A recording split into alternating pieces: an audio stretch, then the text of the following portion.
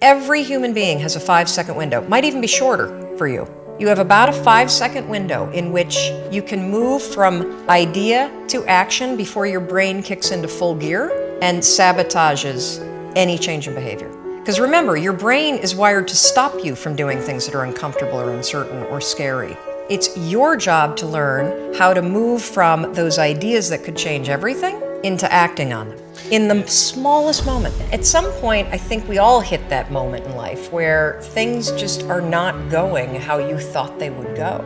And what's amazing about those moments is we all respond very differently. So my husband, he would spring out of bed and he would head right out that door, 6 o'clock in the morning, and he would go meet his partner and they would go to the bank and they would dig right in and they would face their problems head on. And he's also a smart guy. I mean, he did not want to be in the house when yours truly woke up because I was a raging bitch at that point in our lives. And the reason why is because when you're scared and you're afraid and you're jealous and you're overwhelmed with emotion, it is so much easier to point the finger at other people. That's a decision, by the way. So one you may not be aware that you're making, but you're still making it.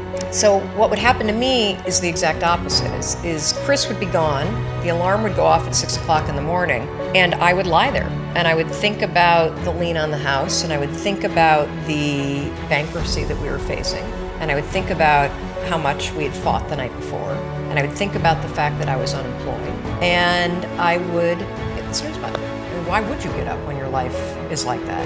Why would you? I mean, I needed confidence, I needed courage. I was so tapped out.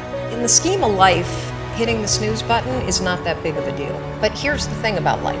None of us wake up and say, today is the day I destroy my life. What we do is we kind of check out because it feels overwhelming, or we check out because we're afraid, or we check out because we start listening to self-doubt, and then we make these teeny tiny decisions all day long. We don't even realize it. A decision to not get up on time, a decision to not eat the right thing, a decision to snap at your kids, a decision to not speak in a meeting, a decision to not look for a job, a decision to not deal with your finances, a decision to not call your parent, like whatever it is. All day long, these tiny decisions that take you so far off track. And then you wake up like I did and you look at your life and you think, how the hell did I get here? And more importantly, how do I get back over there? And you have no idea.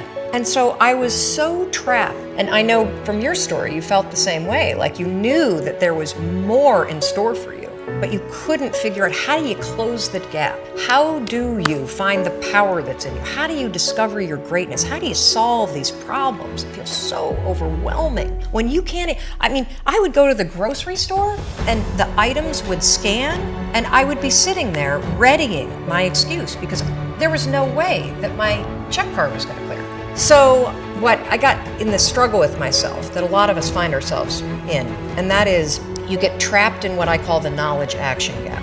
You know what to do, but you can't seem to make yourself do it. I mean, every one of us is one Google search away from a list of instructions that if you follow any of them, it will change your life. But how do you get out of your head and stop thinking about what you need to do and actually do it? When you set goals, when you have an intention on something that you want to change about your life, your brain helps you. What it does is it opens up a checklist, and then your brain goes to work trying to remind you of that intention that you set. And it's really important to develop the skill, and I say that word purposefully, the skill of knowing how to hear that inner wisdom and that intention kicking in and leaning into it quickly. So for me, my brain saying, that's it, right there, move as fast as a rocket, Mel. I wanted to change my life. And I think most people that are miserable or that are really like dying to be great and dying to have more, we want to change. We want to live a better life. We want to create more for our families. We want to be happier.